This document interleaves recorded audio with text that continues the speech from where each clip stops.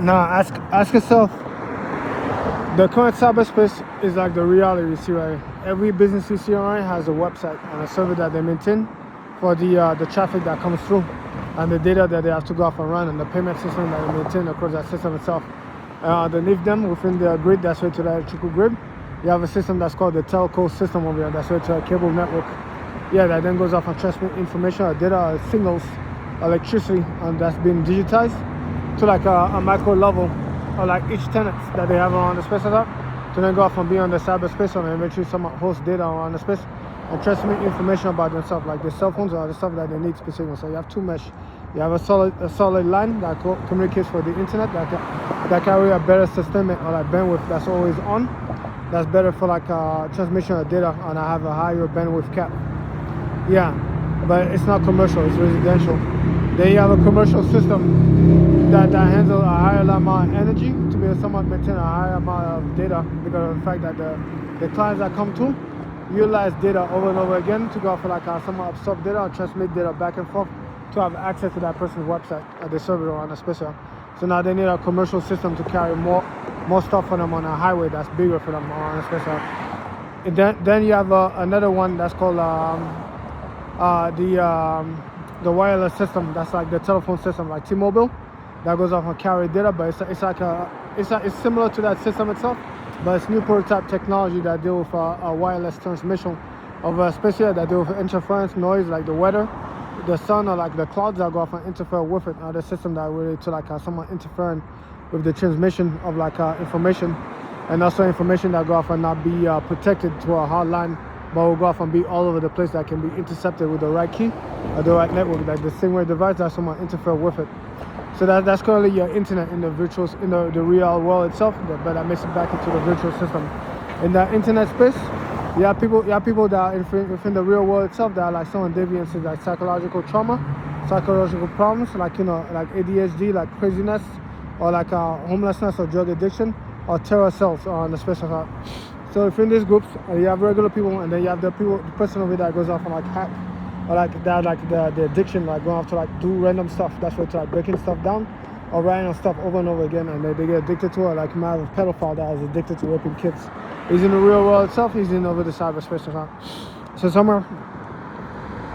somewhere in that space area, you have viruses or like thieves that exist within that space itself that go off and make up their own network, like mafias or like criminal groups.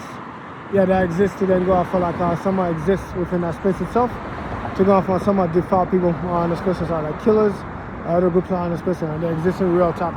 That guy over there could be a serial pedophilic killer that pretend to like be homeless, that go off and be a scammer for a terrorist network or a spy, that just go off for like local on the space and someone collect money or like go off for like be part of a group. That's what a group of scammers that makes it back into the commercial space area. That go off for like someone create shell companies. All sorts of dirty stuff that's like mad degenerate. That's just an example. If so, that space itself, you have to ask yourself, does the current state of the cyberspace and connect internationally?